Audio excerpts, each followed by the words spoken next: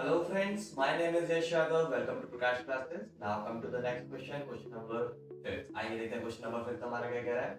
Prove that the perpendicular at a point of contact to the tangent to a circle passes through the center. यहाँ पे इसने कहा है कि हमें प्रूव करना है कि जो परपेंडिकुलर है at a point of contact to the tangent, जो टेंजेंट पे जो हमारा सर्कल से जो पॉइंट ऑफ कांटेक्ट हो रहा है वहां से जो परपेंडिकुलर ड्रॉ हो रहा है वो सर्कल से ही पास होगा, है ना. हमें यहाँ पे ये प्रूफ करना है. अभी हमने एक थ्योरम पढ़ी थी, इससे पहले क्या पढ़ी थी कि हमारी जो रेडियस होती है वो हमेशा परपेंडिकुलर होती है किसके, टेंजेंट के, है ना.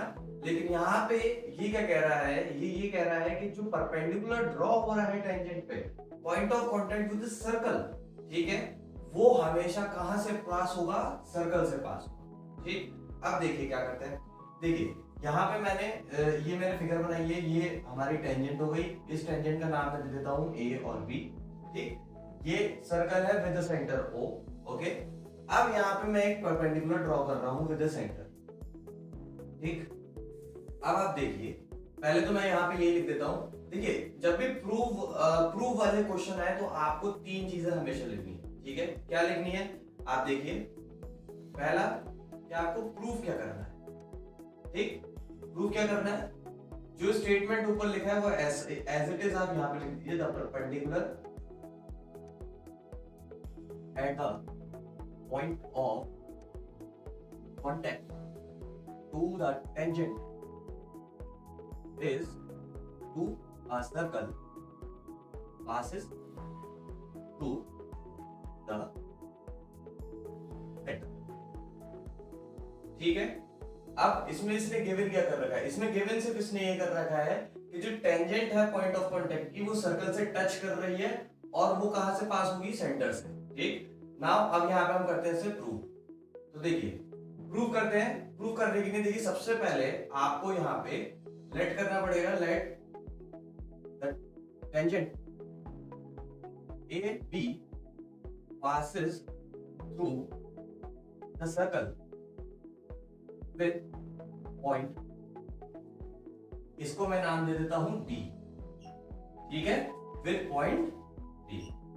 ये जो टेंजेंट ए बी पास कर रही है वो कहां से कर रही है, पॉइंट D से, और पॉइंट D से and from this point we draw an imaginary 90-degree which away center O. यहां पे हम क्या कह रहे हैं, एक तो पॉइंट ऑफ कांटेक्ट हमने माना क्या, D. दूसरा हमने यहाँ पे क्या माना है कि यहाँ पे हम एक इमेजिनरी 90 डिग्री एंगल बनाएंगे D से जो पास होगा नॉट फ्रॉम द सेंटर, जो सेंटर से थोड़ा दूर होगा. देखिए ये जो मैंने बनाया है ये कहां से है, ये भी D से बन रहा है और कहां तक जा रहा है, सेंटर से, सेंटर तक. ठीक है, अब मैं कह रहा हूं मैंने एक पॉइंट मान लिया है यहाँ पे M. ठीक, यहाँ पे मैंने एक पॉइंट मान लिया है M और मैं यहां से अब एक 90 डिग्री ड्रॉ कर रहा हूं, इमेजिनरी है ये. ठीक है, मैं ये कह रहा हूं कि ये 90 डिग्री. ठीक, अगर मैं ये एज्यूम कर रहा हूं इसका मतलब क्या हो गया, that angle M D P is 90 degree, है ना. और क्योंकि हमने अभी क्या पढ़ी थी, एक थ्योरम पढ़ी थी क्या, angle O D B is 90 degree. क्यों, ओ डी बी 90 डिग्री क्यों है, क्योंकि radius perpendicular to the tangent, है ना.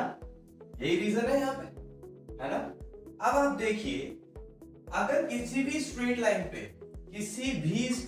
पे अगर मैं किसी भी स्ट्रेट लाइन पे अगर मैं 90 डिग्री ड्रॉ करूंगा तो वो एक पॉइंट से एक ही 90 डिग्री तो ड्रॉ होगा, है ना.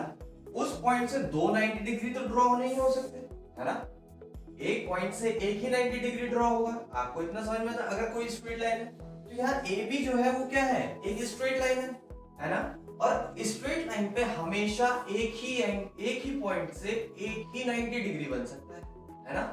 लेकिन यहाँ पे हम क्या देख रहे हैं कि यहाँ पे इसमें हमने क्या किया है कि एक ही पॉइंट से दो 90 डिग्री बन रहे हैं, एक MDB और एक ODB, ठीक। लेकिन अब आप देखिए, अब आप एज्यूम कीजिए, देखिए अगर मैं कहूं कि कौन सा वाला एंगल बड़ा है, ये वाला एंगल बड़ा है या ये वाला एंगल बड़ा है, तो आप देख के बता सकते हैं कि this angle is greater then this, है ना। इन अ सिमिलर मैनर अगर आप मैं इस फिगर में आपसे मैं पूछूं कि विच एंगल इज ग्रेटर, है ना, तो कौन सा आप बताएंगे। देखिए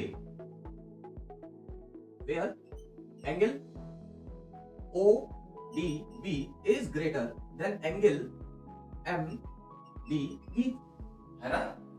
ODB जो बड़ा है किससे, MDB से, ये हमें फिगर में देख के पता लग रहा है, ठीक है। यहां लिख देता हूं एज शोन इन फिगर, ठीक। अब आप देखिए, जब आपको इसने ये कह दिया कि ये इससे बड़ा है दिख रहा है हमें फिगर में, तो इसका मतलब दोनों की वैल्यू हमारी 90 नहीं हो सकती। एक पॉइंट पे एक ही 90 डिग्री बनेगा, है ना, तो एक ही 90 डिग्री बनना है तो एक ही पॉइंट पे दो 90 डिग्री कैसे बन सकते हैं। इट मींस दैट कि ये हमारा इक्वल नहीं हो सकता। क्या नहीं हो सकता, ODB is equal to angle MDB। क्यों नॉट पॉसिबल, क्यों नॉट पॉसिबल हो जाएंगे, क्योंकि ये दोनों इक्वल हो ही नहीं सकते, क्योंकि दोनों के एंगल में ही फर्क है ना, और दोनों हमने किसके बराबर लिए, 90 डिग्री के बराबर। लेकिन पॉसिबल हो सकता है, पॉसिबल कब हो सकता है, देखिए यहां मैं स्टेटमेंट लिखता हूं छोटा सा, yes it is only possible when MD and OD coincides. अगर MD और OD एक दूसरे पे ओवरलैप कर लेते हैं, अगर इस सिचुएशन में, क्योंकि हमने यहाँ पे ये जो एंगल माना है ये हमने एज्यूम ही तो किया है ना, मैंने कहा है ना इमेजिनरी 90 डिग्री वी ड्रॉ, है ना, we draw an imaginary 90 degree away from the centre.